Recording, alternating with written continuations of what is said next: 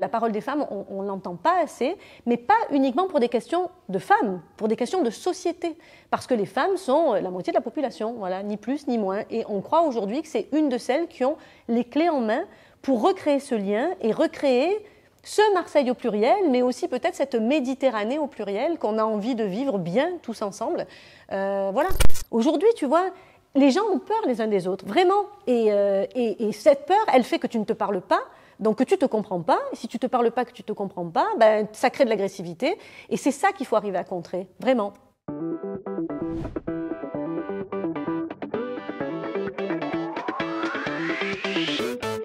Bonjour tout le monde, bienvenue dans ce Héros du quotidien hebdomadaire. Aujourd'hui, on reçoit Marie-Laure Guidi. Bonjour.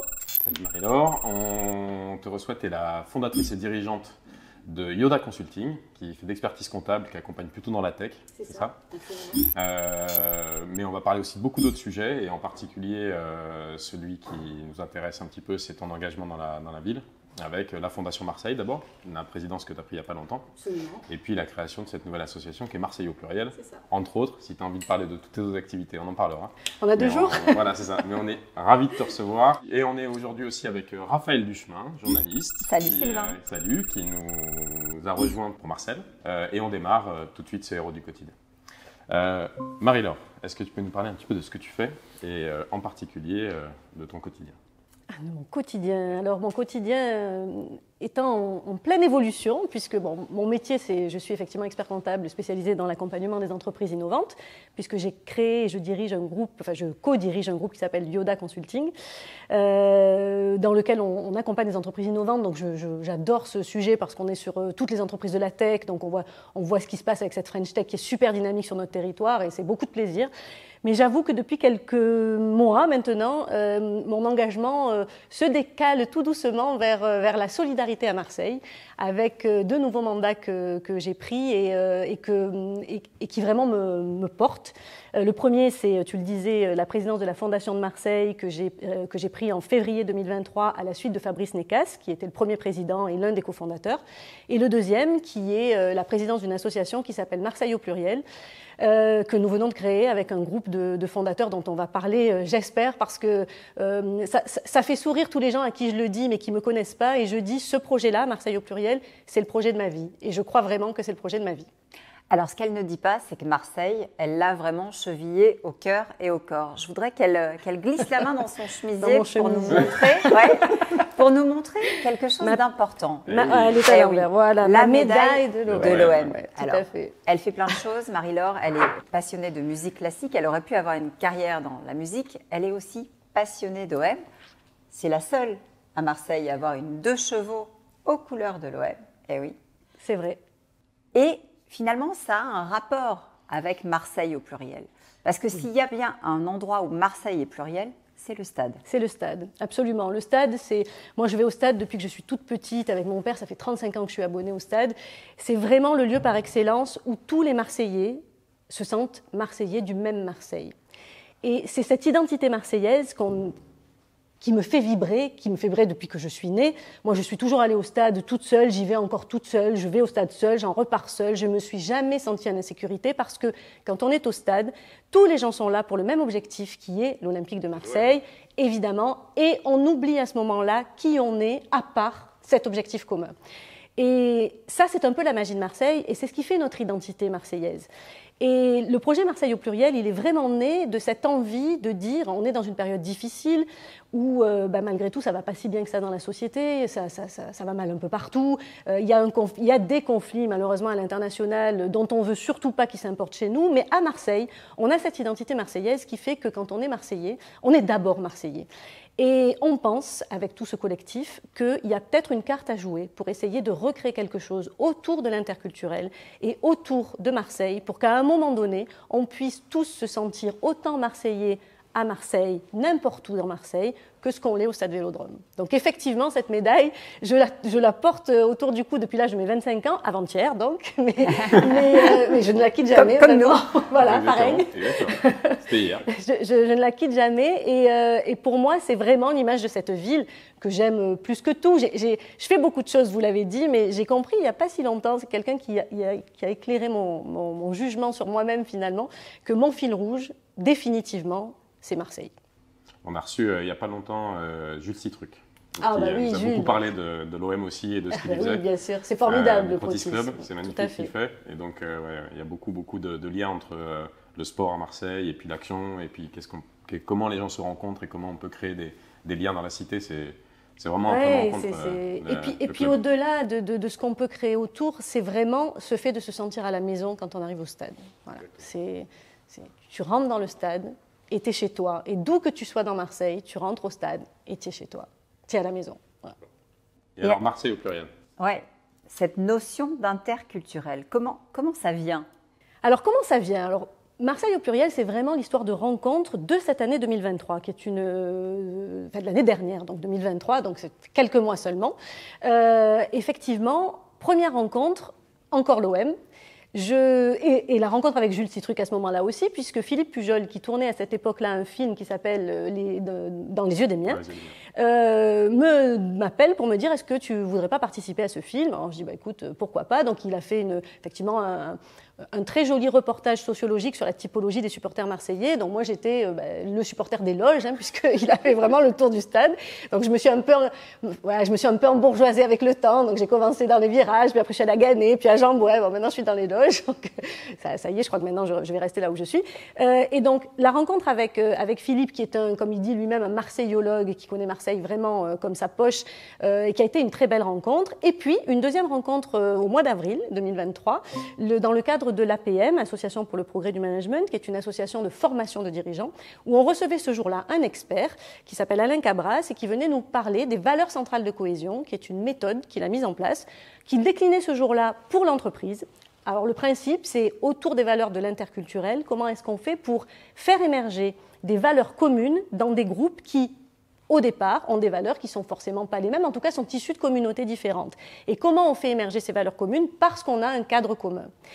Cette méthode, je l'ai trouvée vraiment puissante et je me suis dit, là on le voit dans le cadre de l'entreprise puisque c'était dans le cadre de l'APM, mais en fait elle est transposable à peu près à tous les groupes d'individus ou de personnes et en discutant avec Alain, on s'est dit mais finalement qu'est-ce qu'on pourrait faire avec ça? Et puis, chemin faisant, il me dit un jour, et c'est vraiment comme ça que ça s'est passé, il me dit, moi j'ai toujours rêvé de créer un institut interculturel de la Méditerranée à Marseille. Alors je lui dis, c'est quoi ça, un institut interculturel de la Méditerranée? Il me dit, c'est un institut qui permet d'avoir d'une part le côté académique, c'est-à-dire vraiment les outils de l'interculturel, mais appris, parce que quoi qu'on en pense et quoi qu'on puisse sentir, l'interculturel, ça ne s'improvise pas en fait, et donc ça s'apprend.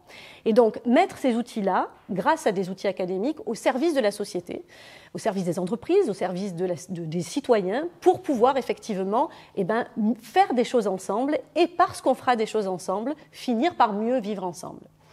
Donc l'idée, je l'ai trouvée juste extraordinaire. Et moi, j'avais tout mon petit puzzle de ma tête qui commençait à s'additionner. Là, je me disais, j'avais la Fondation de Marseille sur laquelle je voyais qu'il y avait vraiment un besoin sur cette ville de faire des choses pour retisser du lien. J'avais effectivement de l'autre côté Philippe qui connaissait parfaitement Marseille, avec un Marseille que moi je connaissais moins. Et puis Alain arrive avec sa méthode et là je me dis on y va. Qui est marseillais, absolument. Qui est marseillais, oui. Tout ça n'est pas le hasard, effectivement, je crois. Et donc à partir de là, on commence à réfléchir et à se dire, après tout, pourquoi pas? Soyons fous et osons cet institut interculturel de la Méditerranée. Donc je commence à en parler autour de moi. Je commence à les présenter d'abord, donc Philippe Pujol et Alain Cabras. Et je me dis, est-ce qu'ils vont s'entendre? Parce que c'est quand même pas les mêmes, a priori très différents, des personnalités très différentes. Et puis en fait, non seulement ils se sont entendus, mais je pense qu'ils se sont respectés, appréciés. Et au-delà de leurs différences, ils se sont dit, en fait, notre ville mérite vraiment qu'ensemble on construise des choses pour elle et que nos valeurs communes, qui sont certaines, on les mette au profit de cette ville pour les partager avec tout le monde. Et donc, en fait, je me suis dit, là, ça y est, c'est parti, on y va. Donc, on a fédéré autour de nous des chefs d'entreprise, issus forcément de mon entourage habituel. Donc, on va y retrouver, sans trop de surprise, Fabrice Nécas, Christophe Baralotto, mais aussi Laurent Laïc, par exemple, le président de la VARAP, qui est un ami de très longue date et qui, dans l'insertion à Marseille, est quand même la personne qu'il faut connaître. Et puis l'autre chef d'entreprise de la tech, Thomas Kerjean, que tu connais aussi, Maïline Black, beaucoup, Jean-Baptiste Geisler, Top 20, Nicolas Barthes nous a rejoint aussi. Et le petit déclic qui a fait vraiment la différence, c'est qu'un jour, je vais voir le président de l'université, Éric Berton, et je lui dis, écoute Éric, on a ce projet, et je voulais t'en parler parce que l'université à Marseille, c'est 80 000 étudiants, 8 000 étudiants étrangers, université socialement engagée, c'est au-delà d'être leur engagement, c'est vraiment ce qu'ils font sur le terrain. On a Romain Lafont qui est avec nous aussi et qui porte vraiment ce sujet-là. Et Éric m'écoute au Pharo, là, alors là, c'est comme au stade, tu vois, tu arrives au Pharo, tu es à Marseille aussi, tu es chez toi, c'est pareil. Et il me regarde et il me dit, bah, tu sais, en fait, ce projet, il me dit, je le trouve vraiment génial pour la ville, donc crée l'association, j'en serai membre fondateur à titre personnel, ex-Marseille Université en sera membre fondateur, et dès la rentrée prochaine, donc la rentrée 2024, nous allons créer et mettre en place un diplôme universitaire de management interculturel de la Méditerranée. Et là, je me suis dit, bon, ça va, je crois que notre institut, on le tient et on peut le lancer. Et donc, tout ça est parti. On a fait le lancement officiel en octobre 2023, donc c'est encore tout frais. Et on travaille sur les premiers événements et sur la structuration de comment est-ce qu'on arrive à inverser un petit peu le paradigme, vraiment. On n'est pas une association d'insertion, on va beaucoup s'appuyer sur ceux qui font de l'insertion et il faut qu'ils existent. Et Fondation de Marseille est un exemple de structure qui soutient l'insertion. Mais pour le coup, nous, c'est pas ça qu'on veut faire. Nous, vraiment, ce qu'on veut, c'est changer en profondeur les mentalités de la ville. Alors, justement, moi, j'aimerais que tu nous expliques ce que c'est que l'interculturel. Pourquoi est-ce qu'on emploie ce mot-là? C'est quoi la différence avec le multiculturel, par exemple? Bien sûr. Alors, évidemment, Alain le définirait mieux que moi, mais à force de l'entendre, je commence à avoir bien compris de quoi on parle.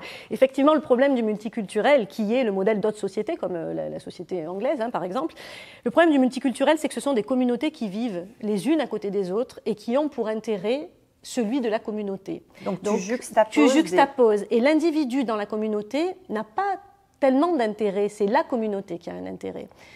Et malheureusement, c'est quand même un peu souvent vers ça qu'on a tendance à aller, alors même que par principe, la société française, avec son principe de laïcité notamment, est une société interculturelle par nature et par construction.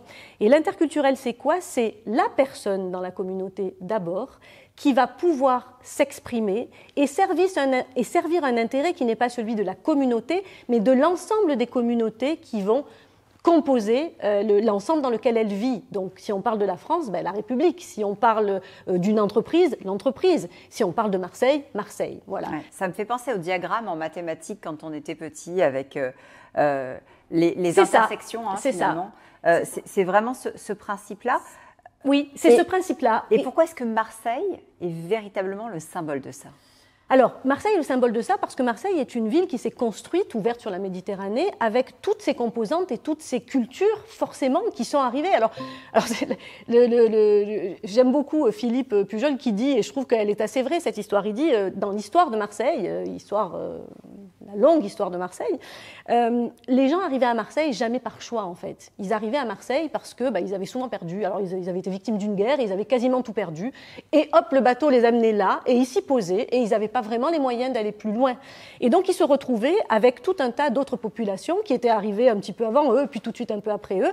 Et la solidarité n'était pas une option. On n'avait pas le choix. Il fallait être solidaire, parce que si on n'était pas solidaire et qu'on n'était pas à l'écoute de ce qui se passait à côté, même si c'était pas toujours facile, et ben en fait, ça ne fonctionnait pas et on mangeait pas, quoi. Et moi, je dis toujours, je suis le symbole de l'interculturel marseillais. Vous allez comprendre mon histoire et vous voyez pourquoi je dis que c'est l'histoire de ma vie, mais je pense vraiment que ça sera le projet de ma vie. C'est que moi, j'ai une mère qui est née en Algérie, j'ai un père qui est né en Italie, qui se sont retrouvés tous les deux à Marseille pour des raisons évidentes après les guerres, on va dire, à chaque fois, le rapatriement pour ma mère et mon père après la guerre. Donc je suis née à Marseille, comme toute bonne Marseillaise, voilà, issue vraiment de ces différences culturelles, et je vis avec mon compagnon qui est d'origine maghrébine. Donc tu vois, moi l'interculturel, je le vis au quotidien, et donc ce projet, il incarne vraiment ces valeurs puissantes qui font que oui, on est différents, oui, on a des religions parfois différentes, ou soit on est laïque, mais en tout cas, on a un intérêt commun qui est de bien vivre ensemble. Et on vit bien ensemble parce qu'on fait des choses ensemble. Voilà, on fait des choses ensemble. Et c'est le fait de faire des choses ensemble qui fait qu'à la fin, on se respecte, on s'aime, on n'a plus peur les uns des autres, on se décrypte et on finit par arriver à faire société ou à refaire société. Concrètement, dans l'interculturalité, l'idée c'est de créer justement une société. Un parcours commun, oui. Une histoire commune, de traduire ça dans un ensemble qui appartient à tous et à toutes, évidemment. Et malgré tout, il y a quand même des communautés, même à Marseille ici. Il y a des communautés qui vivent parfois les unes à côté des autres. Effectivement, ça s'est même parfois amplifié un petit peu dans le temps versus ça s'est beaucoup aggravé. Ce qui s'est créé à l'époque justement de l'arrivée des personnes. Et donc, concrètement, comment vous allez traduire ça pour réunifier tout ça, recréer ce lien parce que je comprends très bien dans ton histoire familiale, tu vois, le lien et la et des comme moi, il y en a plein à Marseille. Il y en a plein à Marseille. Il n'y a pas que ça. Il n'y a pas que cette traduction. Il n'y a pas eu que ce fil conducteur évident qui s'est fait au fil du temps entre les familles, etc., etc. Et donc, comment, pour justement tous ceux qui n'ont pas encore passé ce cap, ce lien à tisser en commun entre les communautés, comment vous traduisez ça? C'est quoi l'action réelle? Des actions, on en aura plusieurs. Vraiment, l'idée, c'est de dire comment est-ce qu'on fait pour qu'à un moment donné, tous les Marseillais, qui sont tous fiers d'être Marseillais quand même, hein, ça c'est quand même s'il y a une identité commune, c'est celle-là, c'est que où que tu ailles à Marseille, tu es fier d'être Marseillais. Mais le problème, c'est qu'aujourd'hui, tu es fier d'être Marseillais des quartiers sud, des quartiers est, de l'ouest, du nord, mais tu n'es pas fier d'être Marseillais du même Marseille. Et nous, ce qu'on veut arriver à faire, c'est inverser la tendance de manière à ce qu'on se sente tous et toutes vraiment Marseillais du même Marseille. Alors comment? C'est pas simple, hein. On a tout à fait conscience que c'est du travail de fond d'abord, hein. Faut pas penser que voilà, ça va pas se faire en claquant des doigts. Mais l'idée, c'est de faire un petit peu comme on fait avec les femmes, qui est un sujet aussi que je connais bien, de créer des rôles modèles, d'inverser les tendances. Et tu vois, par exemple, on discute avec le MUSEM, dans ce lieu magnifique où on est, on discute avec le MUSEM parce que on aimerait beaucoup qu'on puisse mettre en place comme une exposition permanente où on puisse montrer les Marseillais, montrer le réel et attirer ici tous les Marseillais pour qu'ils s'y sentent chez eux, comme ils se sentent chez eux au Stade Vélodrome. Et l'idée est de multiplier les lieux dans Marseille où tout le monde pourra se dire mais finalement ici c'est chez moi. Et quand c'est chez toi, tu ne dégrades pas chez toi. Chez toi, tu es chez toi et tu es bien chez toi, comme tu l'es au stade par exemple. Tout le monde devient détenteur un peu. Exactement. Vous allez avoir des actions précises, vous allez vous déplacer dans des quartiers, faire connaître Marseille au pluriel. Ça parle, hein, Marseille au pluriel, on se dit, tiens, est-ce que c'est moi? Est-ce que je vais m'y reconnaître? C'est ça. Est-ce qu'il y a une fiche d'identité de Marseille au pluriel? Alors, la fiche d'identité de Marseille au pluriel, ce sont les Marseillaises et les Marseillais. Donc, notre enjeu... Donc, c'est à géométrie variable? C'est à géométrie complètement variable. Et l'idée, c'est que tout le monde se reconnaisse dans Marseille au pluriel, sinon on n'aura pas atteint notre objectif. Donc on le lance avec des gens qui se ressemblent un peu, il faut quand même être honnête et il faut le dire, parce que c'est vrai qu'on a voulu lancer la chose, mais par contre, dès les premières adhésions, et ça on trouve ça super, puisque c'est une association ouverte, hein, donc on peut adhérer, mais on voit effectivement que le pluriel arrive et qu'on arrive en allant... Moi je rencontre tout le monde en ce moment, j'étais au Planda la dernière fois rencontrer Souad, qui est une femme absolument merveilleuse, exceptionnelle, et donc on parle avec toutes ces associations de terrain sur lesquels on a besoin de s'appuyer. J'étais au Carburateur aussi, de manière à rencontrer un petit peu tout le monde et dire mais cette association, elle est à nous, Marseillaises et Marseillais, mais elle est à nous tous et on en fera ce qu'on a envie d'en faire tous ensemble. Donc on va nous mettre en place des événements majeurs, quelques gros événements, et ensuite on va également labelliser des projets qui seront des projets qui répondent aux critères de Marseille au pluriel, cette mixité. Alors tu nous disais, est-ce qu'on va aller dans les cités? Oui, on va aller dans les cités, mais on va surtout faire en sorte que les gens se rencontrent. Parce que, tu vois, je prends le cas des food trucks des femmes du Plan d'Au, qui est un projet magnifique, les Tatas du Cœur. En discutant avec Souad, elle me disait, nous, on est super contents, on a ils sont très soutenus et c'est bien, parce que franchement, c'est une superbe association. Donc, elle fait travailler des femmes des quartiers qui font la cuisine, et puis avec ce food truck, elle se balade dans les cités. Mais elle se balade dans les cités. Mais il faut sortir des cités. Je veux dire, nous, on aura réussi Marseille au pluriel si à un moment donné, le couscous du Planda, on peut le manger là, sur l'esplanade du MUSEM ou sur l'esplanade du Stade Vélodrome. Et nous, le rôle qu'on va avoir avec d'autres personnes dans l'association aussi, c'est de faire peut-être ces mises en relation. Exactement, pour qu'on puisse se mixer, parce que l'interculturel, c'est la mixité, c'est le fait de se connaître. Encore une fois, moi, je crois beaucoup à l'histoire de dire, si on se connaît, si on sait par les outils de l'interculturel, qui encore une fois ne s'improvisent pas, si on sait décrypter l'autre, on n'en aura pas peur.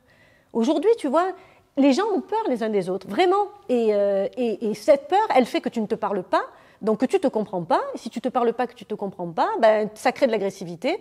Et c'est ça qu'il faut arriver à contrer, vraiment. Ça veut dire qu'il y a quelque chose qui s'est cassé, même ici à Marseille, sur ce lien social ou sociétal?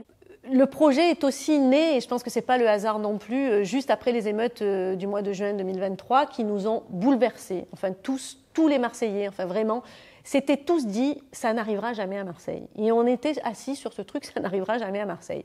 Et c'est arrivé. Et moi, ce soir-là, j'étais ici au Mucem pour une association Piano Cantabile dont on parlait, qui faisait un concert. Alors tu es dans des jeunes prodiges qui te jouent du piano, tu vois, tu es dans un truc d'excellence et tout. Et tu ne peux pas sortir du Mucem parce que Marseille est à feu et à sang, en fait. Mais à feu et à sang.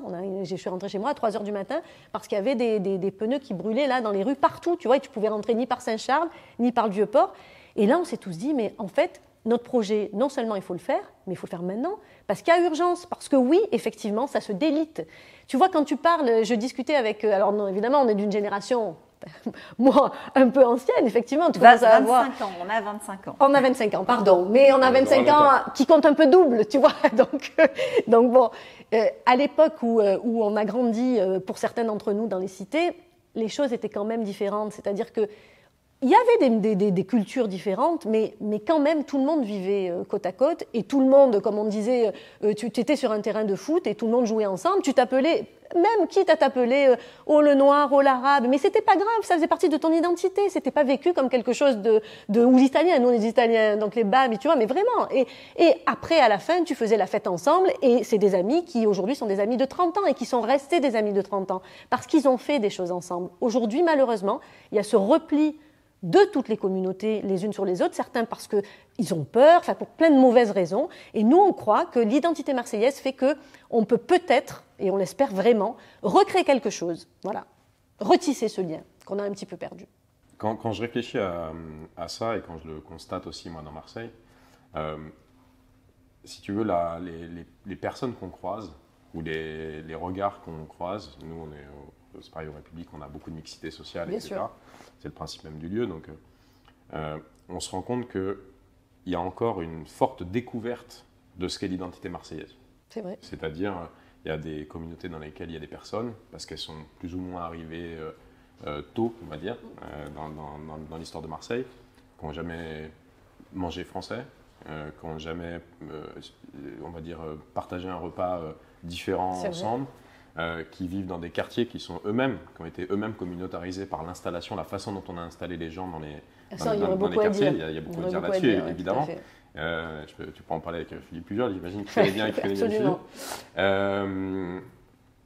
Comment ce lien, on le recrée, ou comment on intègre aussi, surtout, les arrivants les plus récents? Parce que finalement, il faut qu'ils s'approprient très vite cette identité-là. Est-ce qu'il faut la faire naître beaucoup plus forte, beaucoup plus tôt, dans l'esprit des enfants peut-être, dans l'esprit des...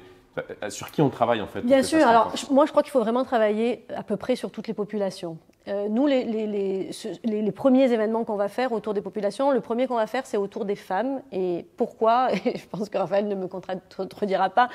Je pense que la femme est un vecteur de lien beaucoup plus fort que d'autres, qui n'est malheureusement pas assez mis en évidence et mis en valeur. On parlait des tatas du cœur tout à l'heure, mais effectivement, le lien, partout, il est fait par les femmes. Parce que les femmes sont des mères, d'abord, et que les mères n'ont pas non plus envie que ça continue à déraper. Non, mais c'est vrai. Et sincèrement, je crois que ce lien de la femme, il faut vraiment l'utiliser. Donc nous, c'est un premier sujet qu'on va aborder. Je vais vous en parler tout de suite après. On voudrait aussi beaucoup travailler sur l'enfance, tu vois, le CM1, CM2, un peu comme ce que fait le Grand Bain, l'association Le Grand Bain, qui est une magnifique association qu'on soutient avec la Fondation de Marseille parce que c'est vraiment un très très beau projet. Mais nous, ce qu'on voudrait faire, c'est faire construire... Alors, c'est très bien de faire se rencontrer les enfants des quartiers nord et sud, et je trouve ça merveilleux parce que c'est juste inadmissible qu'on ne se connaisse pas à cet âge-là, parce qu'à cet âge-là, tu n'as juste pas de... Tu te poses pas de questions, tu es un enfant, tu joues ensemble, tu fais du foot ensemble, tu t'amuses, et tu deviendras ami si tu te connais. Si tu ne te rencontres pas, ça n'arrivera pas. Mais ce qu'on aimerait faire, nous, avec ça, c'est travailler comme ça, et certainement, et on espère avec le Grand Bain, pour se construire également une identité marseillaise comme c'est en train de se faire, mais aussi se construire une identité marseillaise par rapport aux autres rives de la Méditerranée. Parce qu'on a, nous, la volonté de faire cet institut interculturel de la Méditerranée, c'est-à-dire construire une identité à la fois avec notre propre identité, mais aussi en construisant l'altérité avec les autres communautés.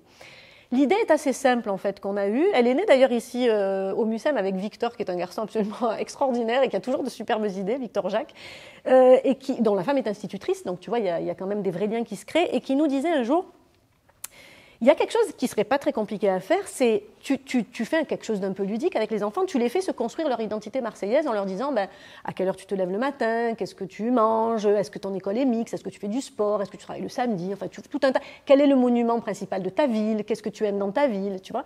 Tu leur fais construire leur identité en disant alors, sur le monument de la ville, un va te dire la bonne mère et l'autre va te dire le stade Vélodrome. Hein, voilà, on est tous d'accord. Hein, donc bon, on est à peu près sûr de notre coup quand même, on sait qu'il n'y en aura pas trop de surprises. Et dans le même temps, tu construis des passerelles avec des enfants d'autres écoles du même âge des autres rives de la Méditerranée, larges, tu vois, enfin vraiment avec quelque chose de très profond, et tu les fais échanger, tu leur poses les mêmes questions. Et tu fais comprendre aux petits Marseillais qu'il est beaucoup plus proche d'un petit Marseillais de quelque quartier qu'il soit à Marseille que d'un petit Algérien, Tunisien, Marocain, Libanais, parce que en fait, son identité première, elle est marseillaise, et son commun de départ, celui sur lequel il faut qu'on travaille, c'est d'abord Marseille. Même si justement tu construis l'altérité et t'expliques les différences et tu vois pourquoi la richesse, elle est dans la différence. Mais faire comprendre quand même que chez toi, c'est quand même ici. Et que c'est ta maison. Voilà, ta maison, c'est Marseille. Donc c'est un petit peu ça, le sujet sur les enfants. Moi, il y a quelque chose qui me frappe quand j'écoute le projet. Je me dis, ça paraît évident, ça paraît... frappé au coin du bon sens. Pourquoi c'est l'associatif qui mène ça? Écoute, je ne vais pas m'étaler sur les politiques. J'ai presque envie de dire, non, mais on est clairement dans un sujet central, oui, dans un sujet sûr, politique. Quand tu commences, oui, alors c'est un sujet politique. Alors je pense que déjà, je ne veux pas jeter vraiment de pierre sur les politiques parce que je crois que faire de la politique, c'est devenu très compliqué. Vraiment, parce que tu es jugé tout le temps, quoi que tu fasses. Et même quand tu as de bonnes intentions, en fait, il y a toujours quelqu'un pour te mettre une peau de banane pour faire en sorte que ce que tu voulais bien faire, en fait, on le détourne pour montrer que c'est mal fait. Donc, c'est pas du tout l'objet, c'est beaucoup de respect pour ces gens-là qui s'engagent sur ces sujets-là.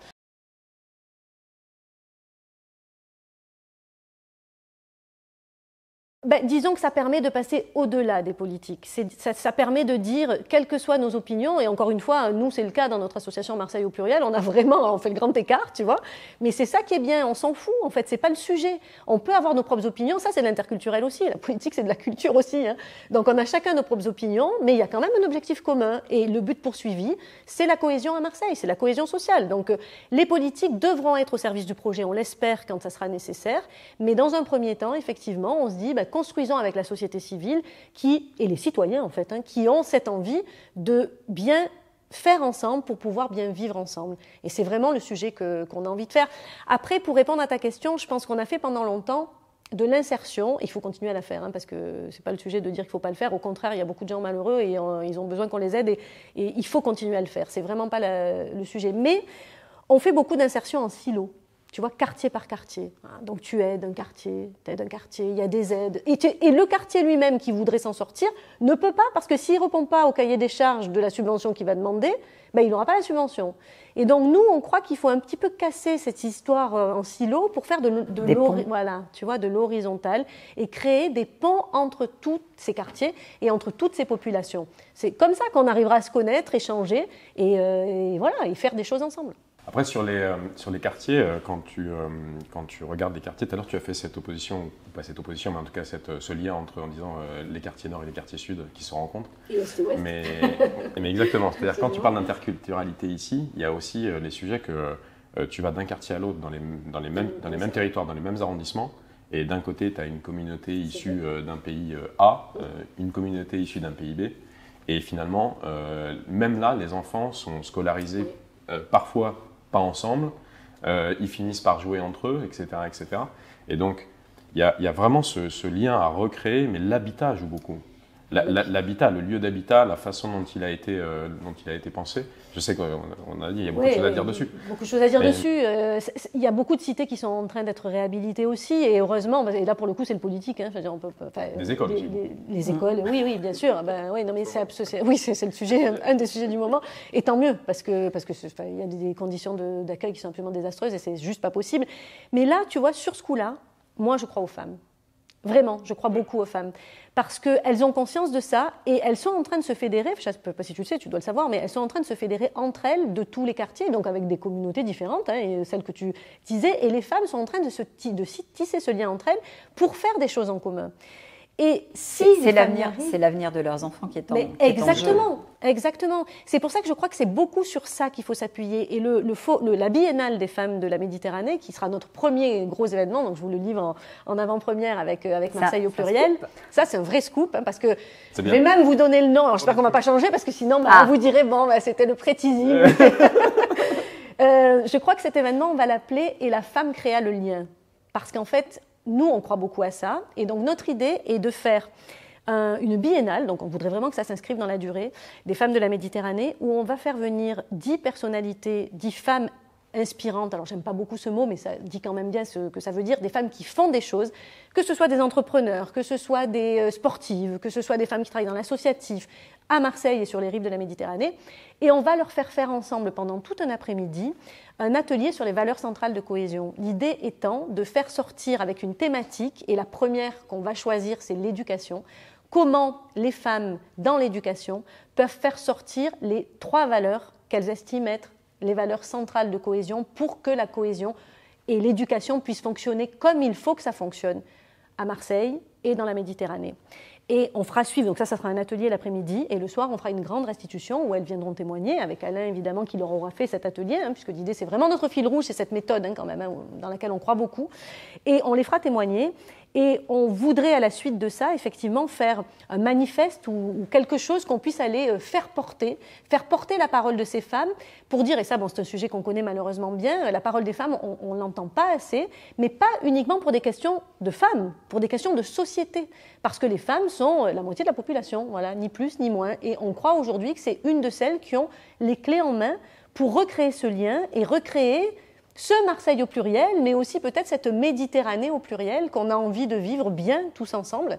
Voilà, donc notre premier événement, qui sera certainement au mois d'avril, ce sera cette biennale, et on espère qu'on sera... Alors, on va essayer de faire une vraie cartographie de Marseille dans celles qui vont faire ces valeurs centrales. Une vraie cartographie des Marseillaises, tu vois. Donc vraiment, tu me disais les populations, on va aller toutes les chercher. C'est-à-dire qu'on va faire ça de façon assez scientifique, on va regarder et on fera un panel qui soit représentatif des jeunes, des moins jeunes, des entrepreneurs, des malheureusement sans emploi, des femmes qui viennent d'arriver, voilà. Et ces femmes-là vont nous sortir nos valeurs centrales de cohésion ce jour-là. Et je pense que ce sera un grand moment. Héros du quotidien, c'est aussi... essayer de faire passer des messages avec des objets. Est-ce que tu as avec toi un objet qui représente ce que tu fais avec Marseille au pluriel? Oui, alors j'en ai 2. Alors celui-là, on l'a déjà montré, donc celui-là, il me quitte jamais, mais donc c'est voilà mon petit. Il était là avant, il sera là après. Ah ouais, celui-là ne quittera jamais. Alors il y en a un que j'ai mis dans ma poche, puisqu'il fallait que j'ai un petit objet avec moi. Voilà, ce sont des clés. Alors ces clés. C'est les clés des femmes? Peut-être. Ah, ça peut être les clés des femmes, tout à fait, ou les clés du Marseille de demain, tu vois, qui, en tout cas, c'est les clés d'un appartement que je viens d'acquérir sur le Vieux-Port, quai de Rive-Neuve, parce que j'aime tellement cette ville que je me dis, elle est tout ce qu'il faut, mais c'est surtout, elle est ce qu'il faut montrer. Et donc cet appartement, on va l'utiliser pour faire des voyages apprenants, pour montrer à des entreprises qui ne sont pas forcément marseillaises ou des entreprises marseillaises qui auraient envie de se replonger dans cette interculturalité, ce qu'est Marseille et le faire vraiment dans le lieu qui s'y prête le mieux, c'est-à-dire avec cette vue juste absolument exceptionnelle sur le Vieux-Port. Donc vous y viendrez évidemment avec grand plaisir. Donc c'est un appartement sous forme de loft qui s'y prête parfaitement. Donc il y a beaucoup d'espace et il y a cette lumière de Marseille qui est juste extraordinaire. Notre idée est donc de faire dans cet endroit des formations à l'interculturel avec Alain, avec Philippe, avec des peut-être aussi parce que c'est des sujets qu'il faut pas négliger, des avocats en droit social, tu vois, qui pourront venir répondre aux questions des entreprises mais aussi socialement, au-delà de l'aspect culturel, comment je peux gérer les problèmes que je peux avoir dans mon entreprise. Donc vraiment des sujets de fond. Tu le sais pas encore, mais le midi, nous avons l'intention mais c'est vrai, on a l'intention de les amener manger chez toi, au République, parce que c'est une des belles initiatives qui existent à Marseille sur l'interculturel. Alors, ça sera un des lieux qu'on a décidé de leur faire visiter à ces entreprises. Et puis, l'après-midi, peut-être une conférence de Philippe Pujol, ou si on a notre exposition ici au MUSEM avec Philippe, cette visite d'exposition, ou Judith Aziza qui est avec nous et qui fait des visites de Marseille pour montrer au monde entier, ou en tout cas à la France entière, que Marseille, c'est vraiment autre chose que ce qu'on peut voir à la télé, dans certaines séries, alors qui ont le mérite d'exister et qui font aussi briller la ville, mais c'est aussi beaucoup de populations qui sont vraiment dans l'interculturel, qui se mélangent, des initiatives incroyables qui font que les gens se parlent. C'est aussi cette lumière, c'est aussi cette magie de la ville. Et on a envie de la faire aimer, notre ville, à l'extérieur, vraiment parce qu'elle le mérite, elle mérite d'être connue. Et c'est une ambition qu'on a avec tout ce collectif de Marseille au pluriel, de créer cette entreprise de voyage apprenant pour faire découvrir un Marseille différent, mais encore une fois, avec des vrais outils. Voilà, il ne faut pas faire de marketing avec ces sujets, c'est trop grave en fait. Et moi, j'ai compris, depuis que j'ai rencontré Alain, pour le coup, vraiment, que l'interculturel, même avec de la bonne volonté, ça ne s'improvise pas, ça s'apprend. Et le diplôme universitaire que met en place AMU, on espère vraiment qu'il va pouvoir briller à Marseille, mais dans toute la Méditerranée aussi, et qu'il va vite devenir une référence du lieu où on se forme à l'interculturel. Quand on veut se former à l'interculturel, c'est à Marseille qu'on vient, parce que c'est l'exemple idéal de l'interculturel, et il y aura l'outil qu'il faut pour le faire. Donc on est très très fiers de ça, et donc on contribue avec cette activité-là qui se lance aussi. Merci Marie-Laure, merci d'être venue aujourd'hui. On est ravis de t'avoir reçu dans les du quotidien, franchement. Merci Raphaël. Merci Sylvain, c'est toujours un plaisir. Et de m'avoir accompagné aujourd'hui. On se recroisera, je pense, c'est sûr. avec tout ce que tu es en train de faire. Il y a forcément un moment où on viendra te voir ou parler évidemment de ce lieu, ne serait-ce que ça, que tu es en train de créer. Donc ravi de t'avoir reçu aujourd'hui. On met fin à ce Héros du quotidien hebdomadaire et nous on se retrouve la semaine prochaine. Merci beaucoup.